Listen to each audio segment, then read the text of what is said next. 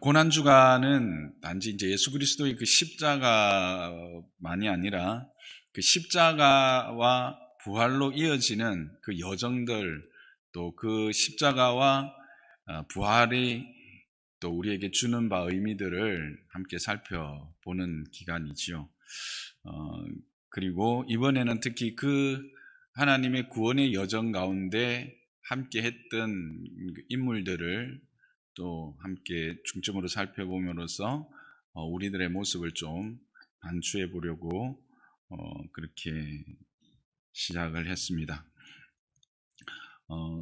이제 예루살렘에 입성하신 예수님, 그 예수님이 이제 다음 날, 그러니까 요즘으로 말하면 오늘이죠. 월요일 날 하신 일들 중에 아주 가장 이제 핵심적인 일이 오늘 우리가 함께 읽었던 이 성전 청결 사건입니다.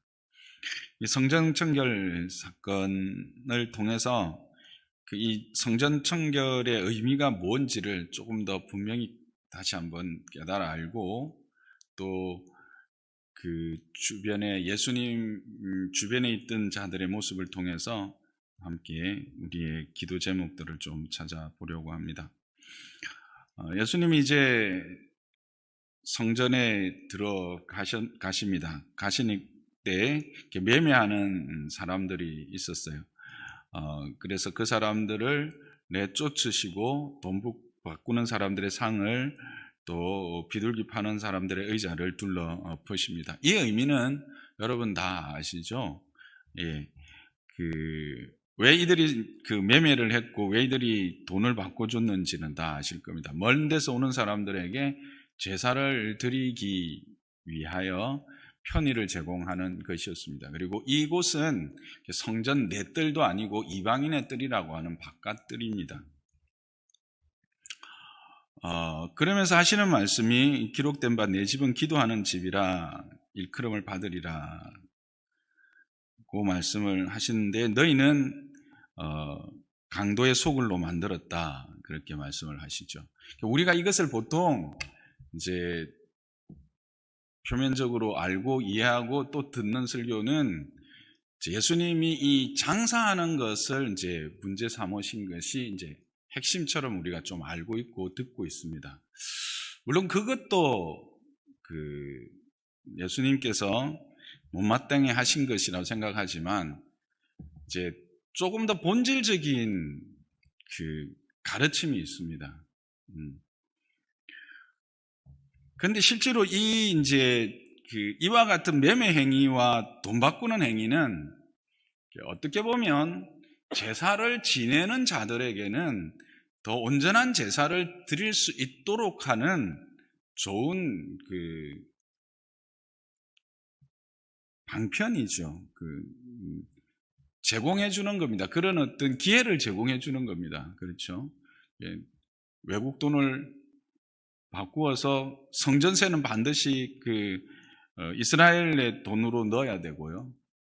그리고 멀리서 동물을 데리고 오는 것 상처날 가능성이 있어서 거기서 돈으로 사서 하는 것, 그리고 이 뜰은 이방인의 뜰이기 때문에 엄밀히 따지면 그 성전의 제사와는 또 상관없는 그런 뜰입니다. 그래서 이것을 단지 예수님이 그 성전에서 물건 팔고 돈 바꾸는 것 때문에 화가 나셨다라고 해석하는 것은 조금은 이제 본질을 이야기하지 못하는 거라, 그렇게 보시는 게 맞습니다. 그럼 본질은 뭡니까, 목사님? 여기 예수님의 말씀의 핵심이 있습니다. 예수님의 말씀이 내 집은 기도하는 집이라, 그렇게 이야기를 하십니다. 내 집은 기도하는 집이라. 이거는 우리가 이사야서 56장 7절인데 거기 보면 만민이 기도하는 집이다, 이렇게 나옵니다. 그래서 여기서 내 집은 결국 뭘까요? 성전이지요. 내 집, 기도하는 집, 성전을 너희들은 뭘로 바꿨냐면 강도의 소굴로 바꿨다라는 거예요. 이 강도의 소굴의 의미를 우리는 이제 물건을 빼앗는 그런 강도의 의미인데, 이 강도의 속으로의 의미를 실질적으로 잘 이렇게 봐야 합니다. 성전이 어떤 곳입니까? 성전은 출애굽기 25장 8절에 보면, 오늘 안 뜨니까 제가 그냥 읽습니다. 내가 그들 중에 거할 성소를 그들이 나를 위하여 짓되, 이렇게 나옵니다. 즉 성전의 출발이라고 하는 그 성소인데, 이 성소는 하나님께서 거하는 그 백성들 가운데 거하시는 곳이죠. 그냥 거한다란 말은 그냥 머문다는 뜻이 아니라 통치하는 곳이요, 임재하는 곳이요, 다스리면서 그들과 함께 교제하는 곳이죠. 결국은 나중에 이곳에서 예배가, 즉 제사가 드려져서 하나님과의 교제가 이루어지는 것, 그래서 그것을 통해서 하나님의 그 은혜를 누리는 곳이시죠. 그래서 따라서 이것은 어떤 건물로서의 성전을 말하는 것도 아니고 건물 그 자체가 아닌 하나님의 임재의 상징이라는 거예요. 내 집은 나의 다스림과 통치를 통해서 너희와 만나고 너희에게 은혜를 베푸는 곳이다라는 것입니다. 그래서 이 성전을 볼 때 하나님을 생각하고, 이 성전을 볼 때 하나님이 우리와 함께 계시는 것을 기억하면서 그것을 통해서 안위함을 받고 감사하고 찬양하면서 그 은혜가 계속 머물기를 구하는 곳, 그래서 그곳을 기도하는 집이다라고 말하는 거예요. 근데 이 기도하는 집이라고 말씀을 인용하신 이사야 56장 7절로 가보면 그냥 기도하는 집이 아니라 만민이 기도하는 집이라고 하고, 3절로 올라가 보면 이 만민이 누구를 의미하느냐 하면 이사야 56장 3절에 보면 이방인을 이야기합니다. 여호와께서 연합한 이방인은 말하기를 여호와께서 나를 그의 백성 중에서 반드시 갈라내시리라, 이렇게 나옵니다. 그러니까 여호와와 연합한 이방인이 함께 와서 예배할 그런 성전, 그런 집인 것을 지금 말씀하시는 거죠. 그런데 너희는 지금 뭘로 만들고 있다고요? 강도의 소굴로 만들고 있다는 겁니다. 그런데 이게 이제 그 이방인의 하나님과 연합한 이방인의 집, 이방인의 기도하는 집이라고 했을 때, 이 기도라는 게 뭡니까? 바로 하나님의 은혜를 입는 것이죠. 그 하나님에게, 그 하나님의 통치와 하나님의 은혜가 내게 임하기를 구하고, 또 그 말미암는 평안, 그 하나님의 통치가 내 안에 온전히 이루어지면 우리는 어떤 상태로 들어갑니까? 샬롬의 자리로 들어가죠. 그러나 그 하나님의 은혜 안에서, 통치 안에 있지 못할 때는 우리가 불안하고 우리가 참 염려하고 두려워하게 되잖아요. 그럴 때 그것을 하나님 앞에 내어놓고 다시 회개할 거 회개하면서 은혜를 구하면 다시 그것을 평강을 회복하면서 그렇게 하나님의 은혜를 누리는 곳, 그 기쁨과 은혜와 그것을 믿음과 소망으로 하나님께 구하고 얻어서 그 이 땅에서 참된 그 샬롬을 누리고 참된 생존, 내가 하나님의 연합된 자로서의 그 삶을 누리는, 그것을 확인하는 곳, 그곳이 바로 어디다? 하나님의 집, 성전이 다라고 지금 예수님이 말하고 있는 것입니다. 그래서 그런 구체적인 예를 지금 그곳에서도 보여주고 있는 거죠. 누구를 통해서 보여줍니까? 여기 보면 맹인과 전원자들이라고 말합니다. 맹인과 전원자들이 그곳에서 어떻게 고침을 받습니다. 맹인과 전원자들은 무엇을 상징합니까? 온전치 못한 자들, 부족하고 결핍한 자들을 지금 대표해서 말씀하고 있는 거예요. 이들은 어디로부터 온 것, 어떻게 이렇게 된 것입니까? 죄죠.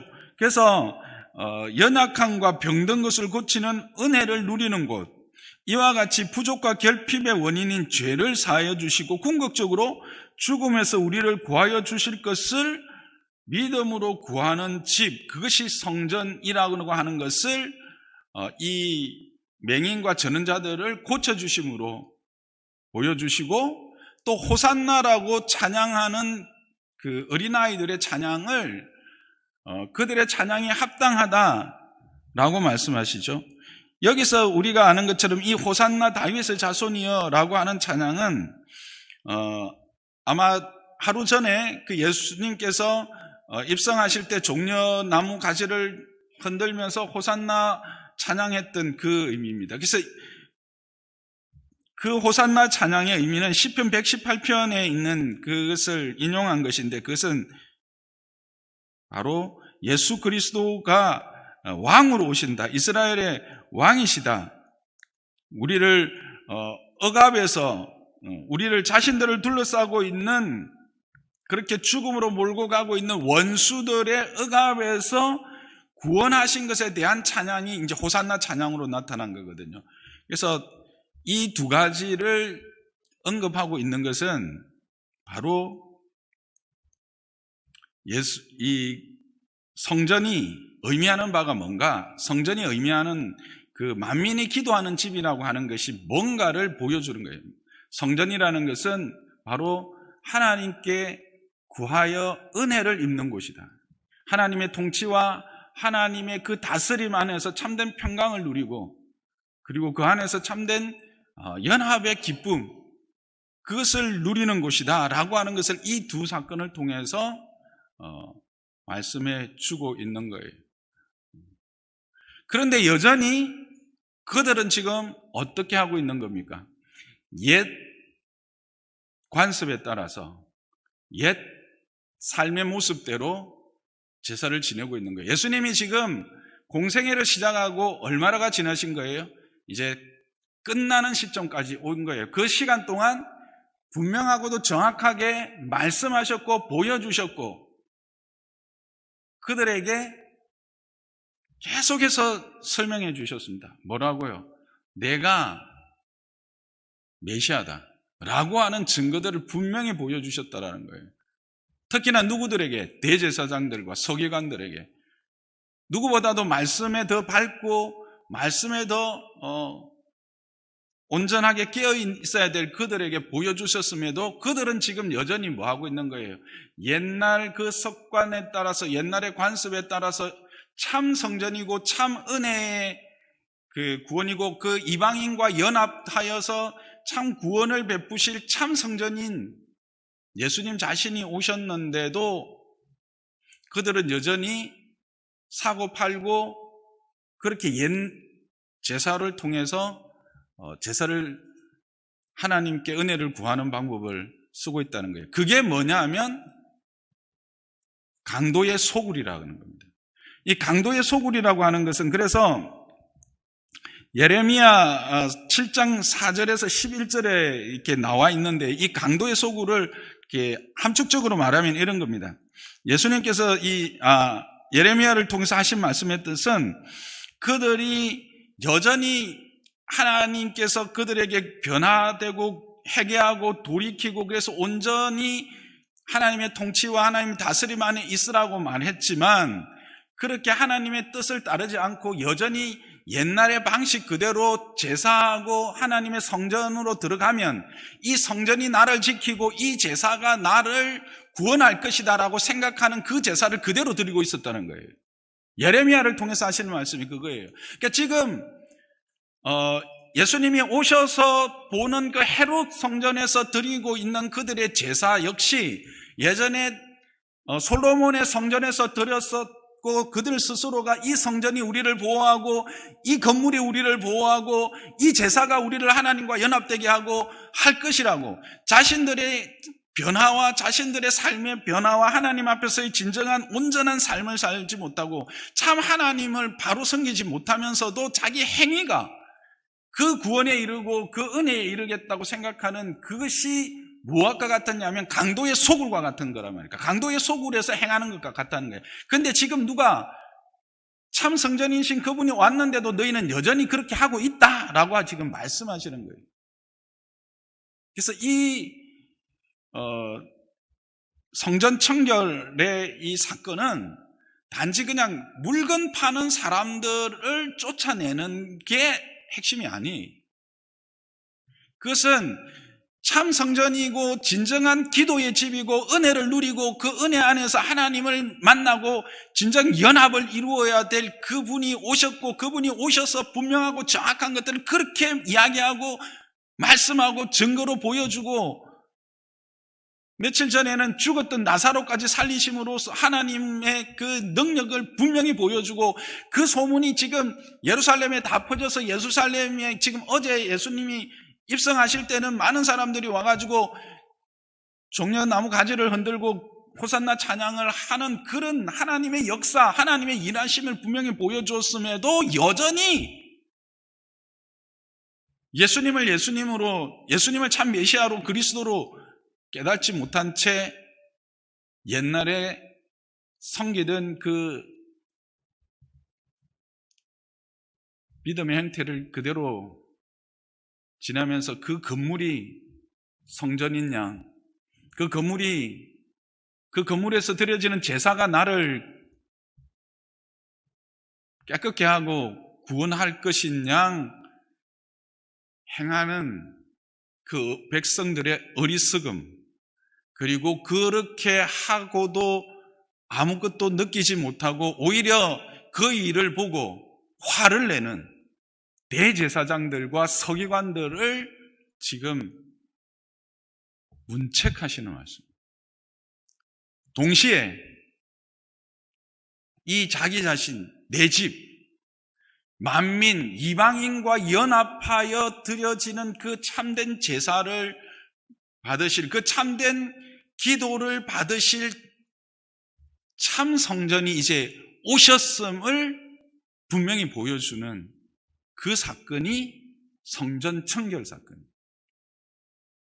그래서 이것은 이후에 우리가 참 성전된, 그리스도와 함께 연합함으로 우리도 성전된 우리들로서 우리가 어떻게 그 참 성전으로 하나님 앞에 설 수 있을 것인가 하는 것들을 보여주는 거죠.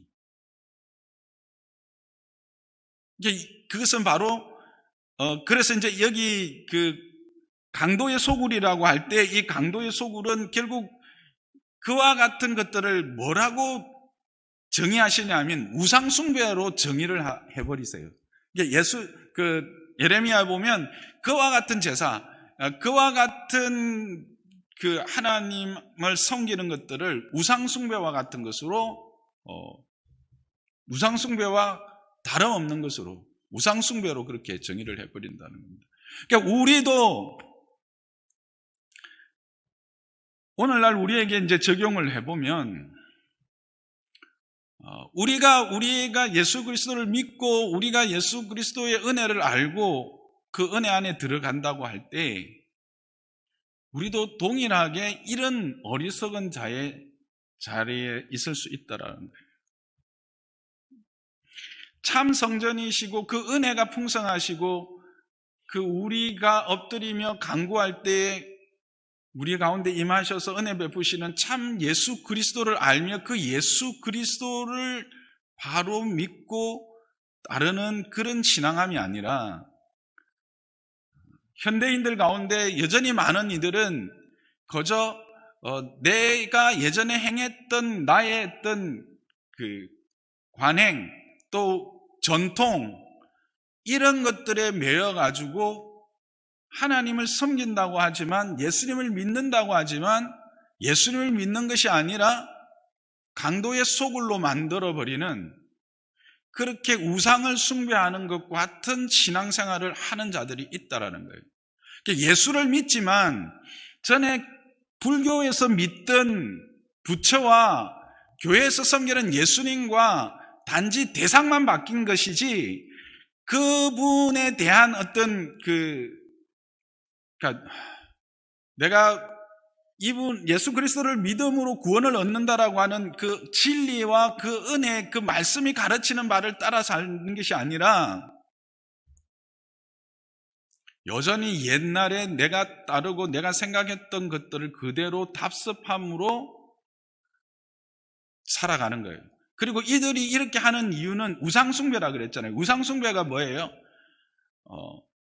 나의 유익을 위하여 도구로 사용한다라는 거잖아요. 그러니까 예수 그리스도를 믿지만 여전히 예수 그리스도 그분 참 진리이시고 구원이신 그분에 대한 그 암과 그분을 정말 섬기고 그분과의 연합을 도모하고 그분의 다스림과 그분의 통치 아래 들어가기 위하여 애쓰는 것이 아니라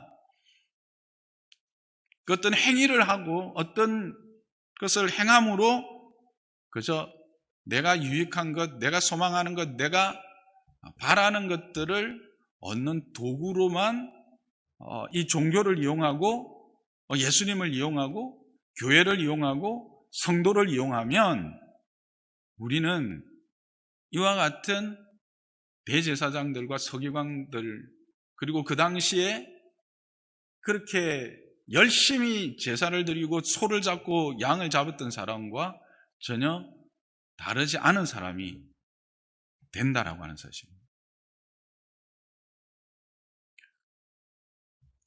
그래서 지금 이 성전 청결 사건의 가장 핵심은 예수 그리스도 자신이 어떤 분인가를 지금 분명히 다시 드러내서 확인시켜 주시고 있는 것이죠. 그래서 여기서 보면 이들은 분명한 한계를 가지고 있어요. 그게 뭐냐면 성전과 예수님에 대한 무지를 보여주는 거죠. 이것은 이들만이 아니에요. 나중에 예수님이 부활하시고 나서 어떤 일이 있어요. 누가복음을 보면 두 사람이 엠마오로 내려가잖아요. 예수님이 동행하면서 왜 어디로 가냐? 무슨 일이 있었냐? 아니 당신은 이틀 3일 전에 예루살렘에 있었던 그 일을 모른단 말이에요. 하면서 이제 예수님의 부활의 과정을 다 이야기하잖아요.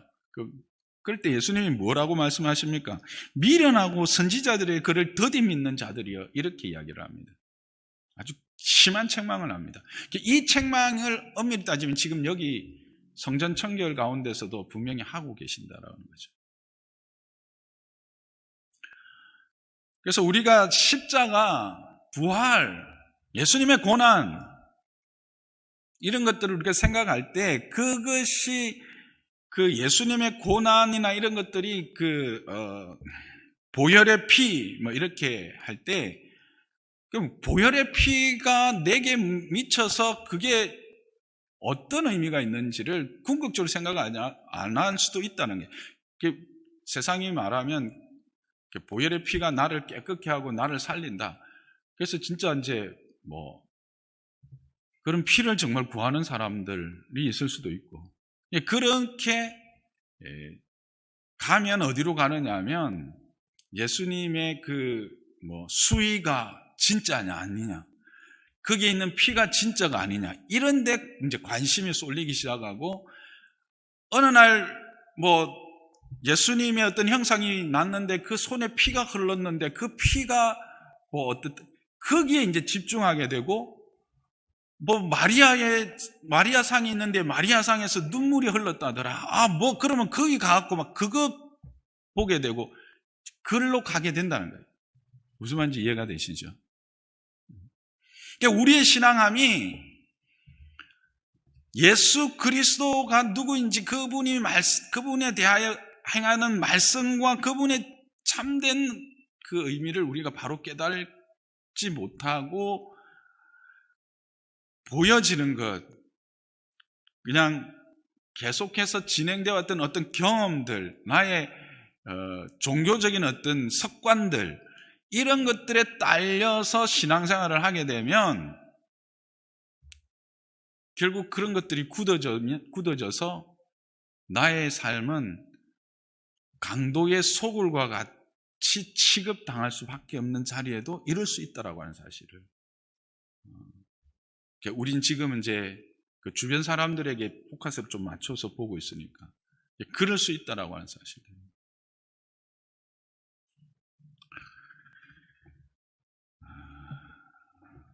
말씀을 정리하겠습니다. 성전 청결이라고 하는 것은 단지 건물로서의 성전을 청결하게 하신 것이 아니라는 사실입니다. 성전을 장터로 만들어 이익을 챙기는 서기관들과 제사장들의 잘못된 관행만을 교정한 것인가?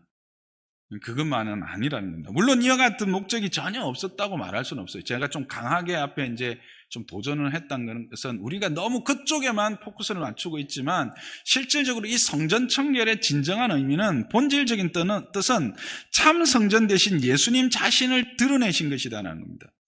성전된 예수님으로 말미암는 은혜와 그 은혜를 어떻게 누릴 것인가를 말씀하신 거예요. 그게 뭐라고요? 만민이 기도하는 집이다. 어떻게? 이방인 연합을 통해서, 그 그리스도와의 연합을 통해서 그 은혜 안에서 그 기도함으로 그 은혜를 누리는, 그래서 그 은혜와 그 은혜를 어떻게 누릴 것인가를 말씀하신 거예요. 그것은 바로 참 성전이신 예수님께 기도로 나아가는 것이고 하나님의 의로운 통치가 내 삶에 이루어지도록 그렇게 그분 앞에 나아가고 용서를 구하고 또 그 안에서 평강과 기쁨과 은혜를 주시도록 소망 가운데 하나님께 나아가는 그런 삶을 살아야 될 것을 말씀하신 것이죠. 또 한 걸음 더 나아가면 이런 하나님의 임재가 있는 성전으로서의 회복은 예수 그리스도의 자신을 통해서 이루어질 것임을 말씀하시는 겁니다. 그러니까 앞으로 이제 이것을 통해서 이런 성전, 예수님이 그 깨끗게 하신 그런 성전은 어떻게 이루어질 것인가? 이제 곧 있을 그리스도의 십자가와 부활, 그리고 그것에 연합한 그 연합으로 이루어질 것이다 라고 하는 것을 말씀하시는 것입니다.